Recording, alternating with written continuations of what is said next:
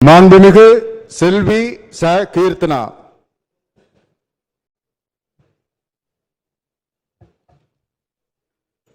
நம்ம இடம் விட்டுருக்கோமா? முன்னாடி கீர்த்தனா மேடம்.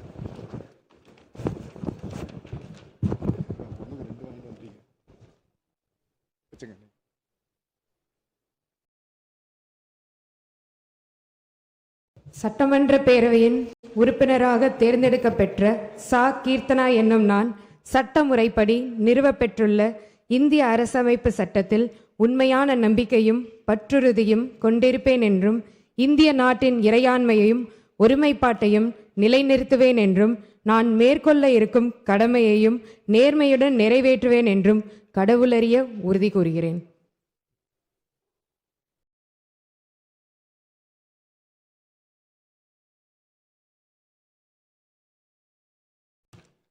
மாண்புமிகு திரு கே.சி.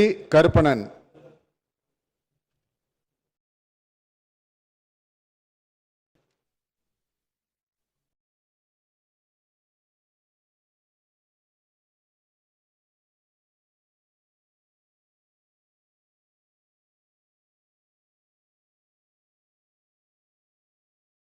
சட்டமன்ற பேரவையின் உறுப்பினராக தேர்ந்தெடுக்கப்பெற்ற கே.சி. கருப்பணன் என்னும் நான் சட்ட முறைப்படி நிறுவப்பெற்றுள்ள இந்திய அரசியலமைப்பு சட்டத்தின் உண்மையான நம்பிக்கையும் பற்றுறுதியும் கொண்டிருப்பேன் என்றும் இந்திய நாட்டின் இறையாண்மையையும் ஒருமைப்பாட்டையும் நிலைநிறுத்துவேன் என்றும் நான் மேற்கொள்ள இருக்கும் கடமையை நேர்மையுடன் நிறைவேற்றேன் என்றும் கடவுளறிய உறுதி கூறுகிறேன்.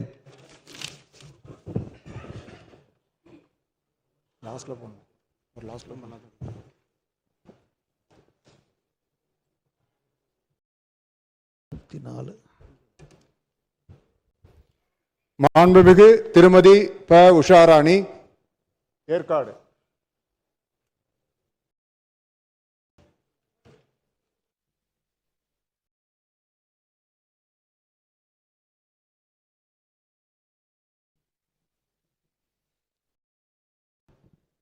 சட்டப்பேரவையின் உறுப்பினராக தேர்ந்தெடுக்கப்பெற்ற ப. உஷாராணி பழனிவேல் எனும் நான் சட்ட முறைப்படி நிறுவப்பெற்றுள்ள இந்திய அரசமைப்பு சட்டத்தில் உண்மையான நம்பிக்கையும் பற்றுறுதியும் கொண்டிருப்பேன் என்றும் இந்திய நாட்டின் இறையாண்மையையும் ஒருமைப்பாட்டையும் நிலைநிறுத்துவேன் என்றும் நான் மேற்கொள்ள இருக்கும் கடமையை நேர்மையுடன் நிறைவேற்றேன் என்றும்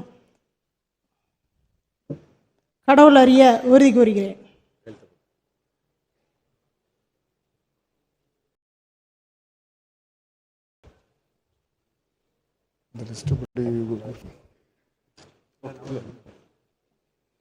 மாண்புமிகு திருமதி ஜே. காமாட்சி, பல்லாவரம்.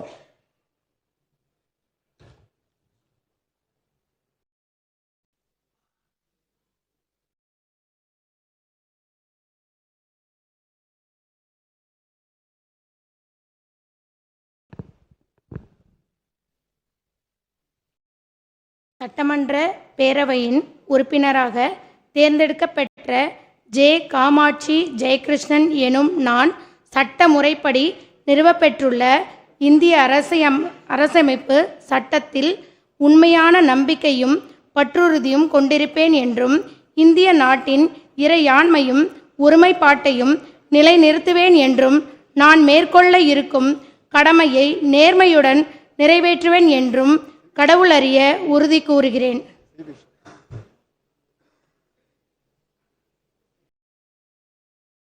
மாண்புமிகு திரு அ. கார்த்திக், ஸ்ரீவில்லிபுத்தூர்.